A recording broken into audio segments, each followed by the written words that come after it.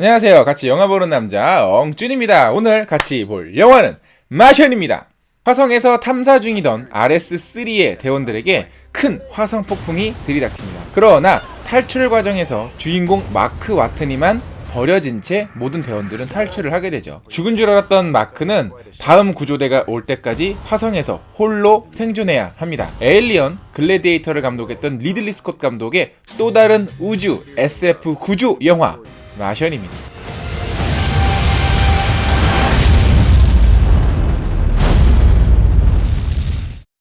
이 영화는 그래비티, 인터스텔라의 뒤를 잇는 또 다른 우주 구조 영화, 또 뭐 우주 생존 영화라고 할 수 있겠어요. 나중에는 이것도 장르로 하나로 고착화될 것 같아. 이번에는 나 홀로 이 지구에서 무려 80만 킬로미터나 떨어져 있는 화성에서 혼자서 생존해야 되는 이야기입니다. 사실 리들리 스콧 감독 같은 경우에는 워낙에 명작들이 많아요. 뭐 에일리언이나 글래디에이터, 뭐 블레이드 러너, 그 외에도 이제 굉장히 많은 다작을 하시는 감독님이신데 사실 약간 이렇게 오르락 내리락이 있어요.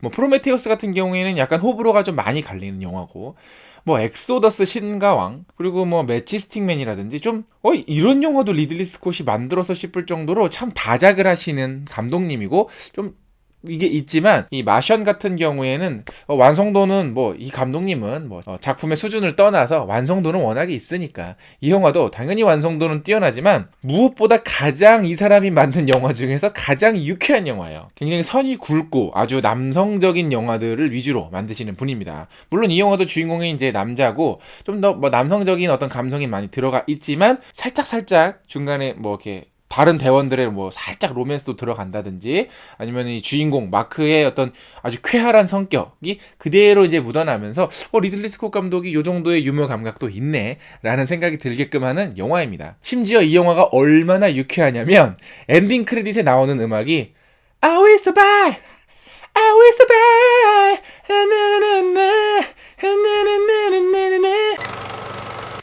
이 주인공 마크는 우주에서, 아니 정확하게 말하면 화성에서 가장 유쾌한 사람 중에 하나죠. 500일 넘게 생존을 하면서 참 온갖 고난과 역경을 겪게 되지만 그 와중에서도 끝까지 유머 감각은 놓치지 않고 있습니다. 이렇게 500일 넘게 어떤 아무도 없는 척박한 땅에서 심지어 지구랑 통신을 할 때도 30분 이상 걸리는 어떤 채팅을 하면서 감자만 먹으면서 살아난다는 것은 정말 상상하기도 끔찍할 수준인데, 그나마 이 사람의 어떤 유쾌한 성격 때문에 그나마 버틸 수 있었던 것 같습니다. 일단 이 영화는요, 원작이 있습니다. 원작은 똑같아요. 제목은 마션이라고 하는 책인데요. 책과 영화가 가장 다른 점은 영화 속 마크 와트니는 책 속, 즉 원작 속 주인공보다 훨씬 덜 고생을 한 케이스입니다. 뭐 피골이 상접하고 뭐 감자만 먹고 버틴 거, 요 정도로는 이 원작 속의 주인공의 한 반도 못 따라가요. 책 속에서는 훨씬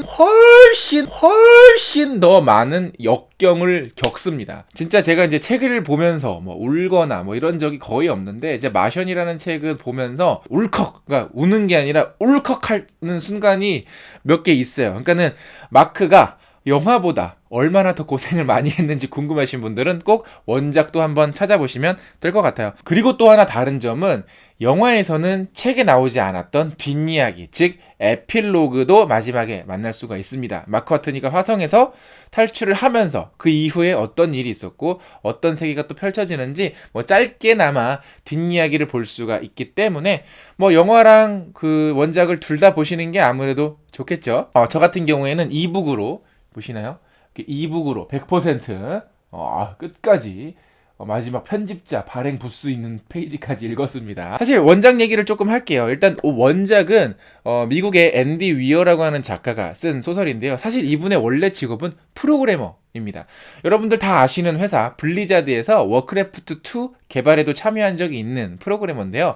취미로 블로그에 이제 소설을 연재를 했는데 사람들의 반응이 이제 좋았어요. 그래서 이제 이북으로 출시를 했고 워낙에 잘 팔린 베스트셀러가 돼서 지금은 영화까지 만들어지는 어떤 영광을 누리게 됐습니다. 원작자조차도 영화를 굉장히 마음에 들어 했다고 해요. 원작에서 이 마크 와튼이라고 하는 캐릭터를 가장 잘 살린 것은 역시 맷 데이먼, 이 배우 하나밖에 다른 상상을 할 수가 없습니다. 과연 다른 어느 누구가 이런 마크의 어떤 그 고유의 성격을 잘 표현할 수 있을지 조금 궁금하긴 한데, 글쎄요, 만약에 한국에서 마션을 만든다 그러면 뭐 임창정 씨 같은 정도 너무 격이 다른가? 맷 데이먼 같은 경우에는 실제로 똑똑한 분이죠. 여러분들 재밌게 보신 분들 많으실 거예요. 굿 윌 헌팅이라고 하는 영화, 로빈 윌리엄스, 맷 데이먼이 출연했던 그 영화의 각본을 바로 맷 데이먼이 썼습니다. 바로 절친인 벤 애플렉이랑 같이 시나리오를 썼고, 그 영화로 시나리오 각본상도 수상을 했었죠. 그리고 이제 이 영화는 또 중간에 구조하는 미션 이름을 엘론드 프로젝트라고 지읍시다 라고 이제 하는 장면이 나오는데, 엘론드가 뭐냐 하면 반지의 제왕에서 그 반지를 두고 수장들끼리 회의를 가졌던 비밀 회의잖아요. 그런데 재밌는 거는 그 장면에 바로 반지의 제왕에 출연을 했던 숀빈이 자리에 앉아 있는 겁니다. 그런데 원래 이 숀빈 씨는요, 이분이 출연한 영화에서 자기가 죽어야지 그 영화가 흥행을 했거든요. 근데 이 영화는 유일하게 숀빈이 죽지 않고 가장 흥행한 영화가 될 것 같습니다.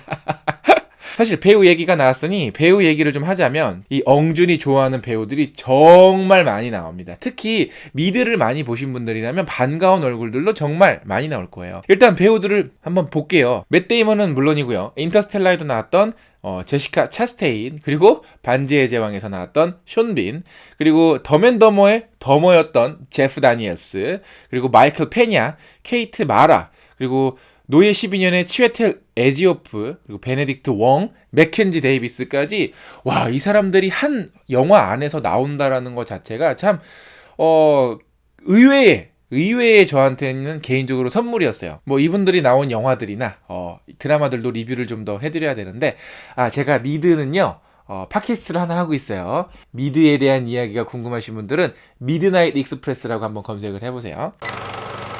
이 영화는 그 촬영 대부분을 요르단의 한 사막에서 촬영을 했습니다. 이 화성을 배경으로 한 영화 중에 레드 플래닛이라고 하는 영화가 있는데, 거기랑 촬영 장소는 같다고 해요. 그리고 중간에 이 마크가 생존을 하기 위해서 그 감자를 키우는데요, 실제로 세트장 안에서 그러니까 진짜 감자를 또 키웠다고 합니다. 그리고 이제 화성에 대해서 조금 더 설명을 좀 보태자면, 여러분들은 다 똑똑하니까 아시겠지만, 화성의 하루는 24시간 37분입니다. 지구랑 별반 차이가 없죠. 대신에 1년은 지구보다 멀리 있기 때문에 1년이 지구일 기준으로 687일이라고 해요. 우리 주인공인 마크는 화성에서 화성 기준으로 거의 1년 가까이 있었던 거죠. 그리고 이제 많은 분들이 이 인터스텔라에 출연을 했던 만 박사가 홀로서기 한 영화가 드디어 만들어졌다, 우스갯소리로 얘기를 하는데요.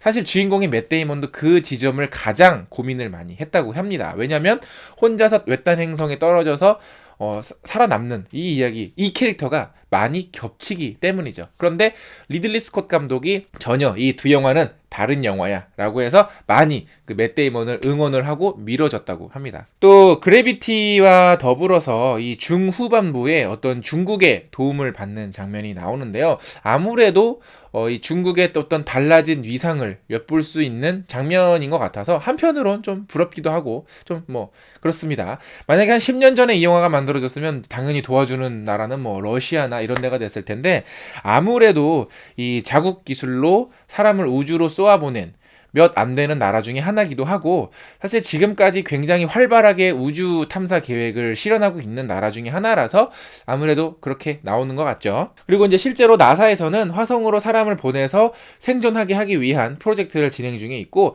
아마 가깝게는 2030년에서 2040년 사이에 실제로 사람을 보낼 것 같아요. 이 영화도 많은 부분에 있어서 실제로 나사가 많이 도와줬다고 하고요. 이 원작자인 작가도 어떤 여러 가지 시뮬레이터 이런 프로그램을 활용을 해서 실제로 이제 날짜도 계산을 하고 여러 가지 어떤 다양한 자료조사를 통해서 보다 좀 리얼한 이 조건을 갖췄다고 합니다. 그리고 참 이 영화 원작도 마찬가지지만 하나의 문제를 해결하고 나면 또 다른 문제가 생기고 또 다른 문제가 생기고 하죠.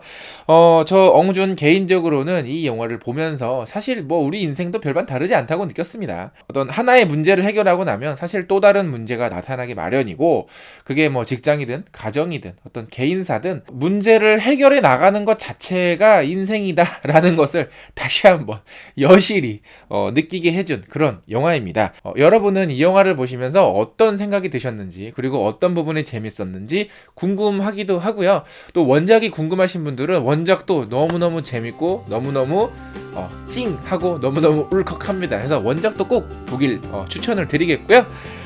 일단 뭐 영상 재밌으면 좋아요 누르는 거 잊지 마시고, 제 채널 구독 아직 안 하셨으면 구독 버튼도 꼭 눌러주세요. 페이스북, 인스타도 있으니까 팔로우 해주시고, 저는 그러면 다음에 더 재밌는 영화 리뷰로 찾아뵙겠습니다. 다음에 만나요. 안녕.